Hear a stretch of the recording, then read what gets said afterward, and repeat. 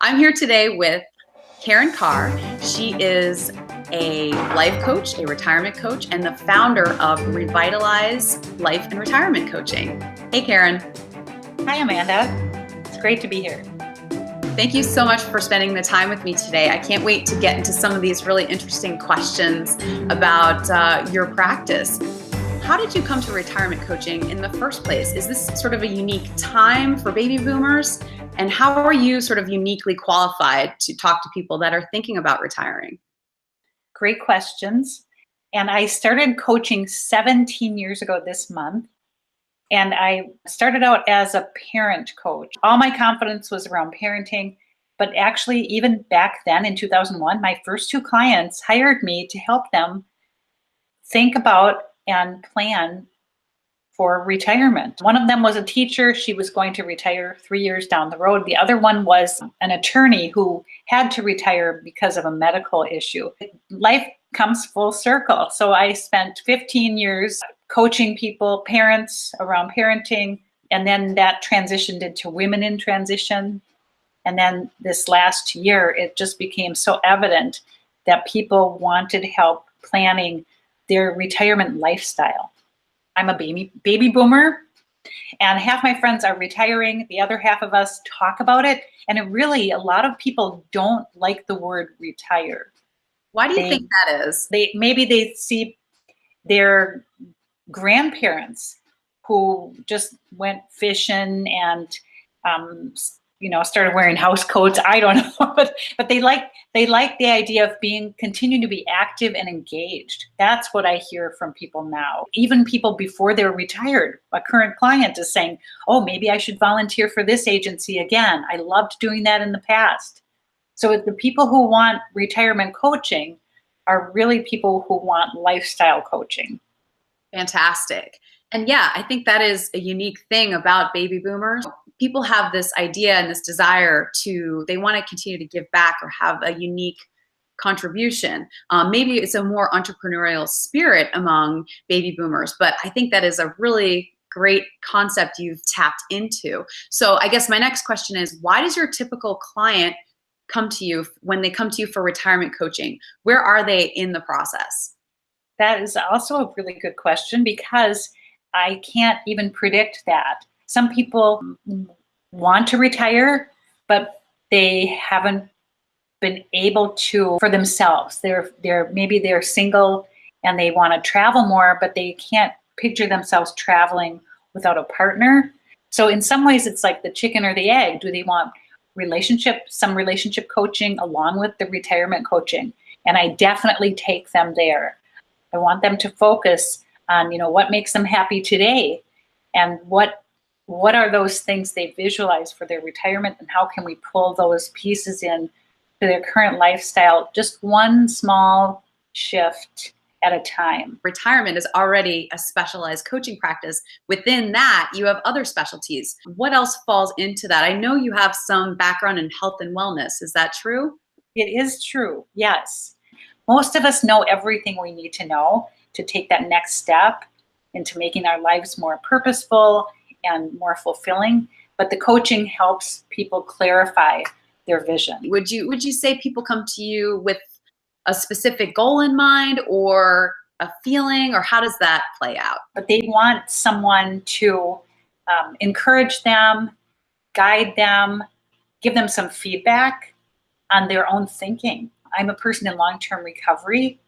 So that means that 4.5 years ago, I decided that I would no longer ever drink any alcohol because it wasn't a friend to me. And that really opened up some wonderful possibilities in my life. And in addition to helping clients who come with questions about and concerns about loved ones or even themselves, if they're feeling like they're addicted to something or drinking too much or somebody else is drinking a lot. So instead of just sharing my story, I can give them a lot of resources because I've also done some recent recovery coaching. You have your master's in education. You're a CTI certified coach, and then you're also ICF credentialed. So people can sort of rest assured, you also have all of that on paper, plus all of this coaching experience, and then you have the life experience. I wanted to hear a little more about your life experience and what led you to coaching in the first place. So when I was back in 2000, I was a middle school English teacher, and I enjoy being with young people. I love literature. I didn't love giving grades so much. And then, as happens for many of us, a big thing happened in my life. My father passed away, and I went back into the classroom, and I was still grieving. I just felt too emotional to be a great teacher. And I was, really just in the new place of what else is there for me? Where am I going to feel like this is the right fit for me? And I discovered life coaching. I like the question, am I all in? Are you all in? That's when you feel good and purposeful. Oh, I love that. That is fantastic. And that story is really powerful because that's a universal story. I think when, someone experiences a loss, grief over the loss of a loved one, the loss of their own health, we grieve all kinds of different things. And it can kind of, I think, give us purpose, really. I mean, losing, shedding something it can give us a purpose and a heart, to serve others. I really appreciate you sharing that. Hopefully that helps other people going through a tough time to know that there's, a light at the end of the tunnel. Mm-hmm. Good. The other thing I was wondering about is, of course, there are alternatives out there to coaching, right? There is, of course, therapy. We've all heard of people who've been in therapy for years. And these days, there are a whole host of sort of self-help programs you can take online. I've even heard people say, why should I hire a coach? I have all of these friends and loved ones who support me.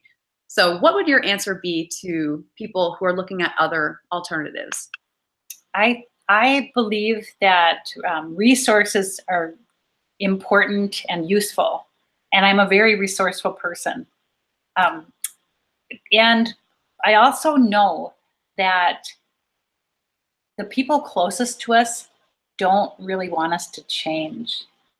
They love us for who we are. So it's hard to talk about change with those people. Well, coaching is more about feedback, reflection, and also really going deep and wanting to make a big change. And people that benefit the most from coaching, I believe, are ready to make a big change. Maybe they've even put it off for years, but when they're ready and they hire me, it helps. I can guide them along the path and then hold them accountable to what they say they want more of in their life. So it's kind of scary. It's also very exciting and rewarding. If someone comes to you, let's say they're depressed or they have childhood issues, it sounds like that's something you would refer someone elsewhere to be treated. If someone says something where it sounds like there's some emotional baggage and that they're ready to clear out, I'll ask them if they feel like they need to talk to a therapist or a psychologist or a psychiatrist. And so I have, a real short tool that's useful for that. And then I also tell them many people have a coach as well as a therapist. I mean, when people like said, if they're ready to make a big shift, there's nothing wrong with having a lot of solid professionals on your team. And I think that's a really valuable service that you provide, because I have talked to so many people, friends of mine, acquaintances, who they know they need something, but they're not sure if they need therapy or not. So, that is a valuable service to say, what, you don't, in my professional opinion, you either don't need therapy or, you actually sound like the type of person who would really do well. Let me find, help you find the right therapist for you. I'm assuming you probably have a bunch of people in your Rolodex. I do, yes. And awesome. And one of those, if you've done Strengths Finder, have you done that? Yes, I have. And that's another thing too. I wanted to be sure we touched on the tools that you use. I know you use the Wheel of Life and the Strengths Finder. What other sorts of, assessment? Well, I know you were going to talk about Strengths Finder, but as you talk about that, I'm curious about what else you use for people. Oh, there's so many fun tools, and then there are so many basics. So basics are the life wheel.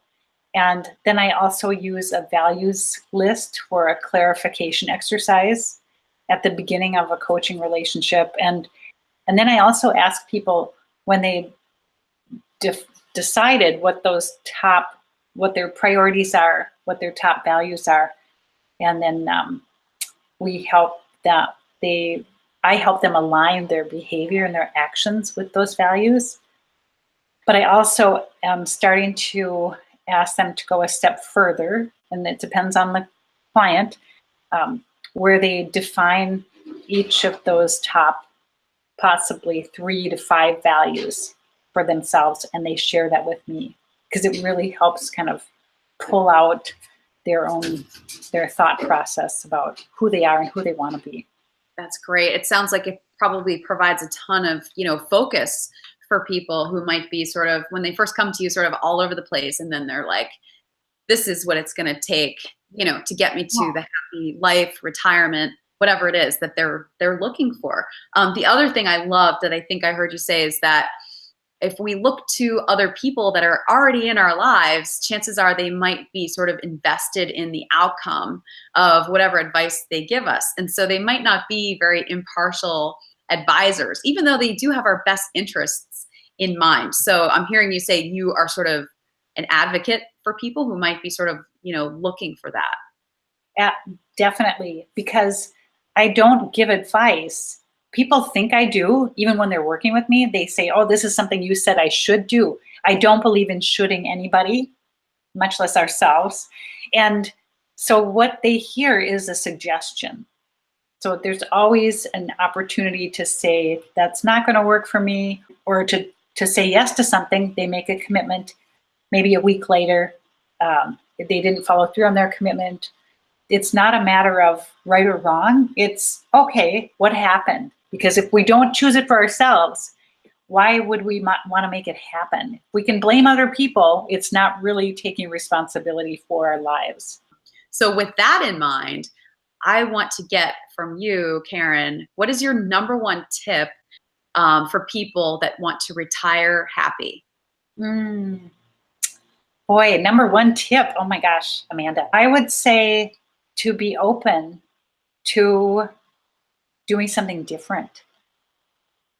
So pushing themselves a little bit outside of their comfort zone, but at the same time, really going with their heart, knowing, okay, I'm going to do this one thing just for myself. So maybe my tip would be that wonderful phrase, asking themselves, how am I practicing extreme self-care? It's kind of a big deal because people don't want to be selfish or appear ego-driven, and yet it really is about nurturing ourselves. In retirement, we have to come first. Like you said, it's about wellness and health, and to take good care of ourselves, to not be afraid to do one new thing that's going to nurture us. People might not be in touch with maybe that one thing that really makes them tick or turns them on or makes them happy. And maybe retirement is the time to tap into that. And you can help them figure out what that is. Yeah, definitely. Yeah, what better time, if not now? There's a play, I can't remember I think it was Richard Dreyfus on Broadway or something, and they probably made it into a movie. And I think it's called Whose Life Is It Anyway?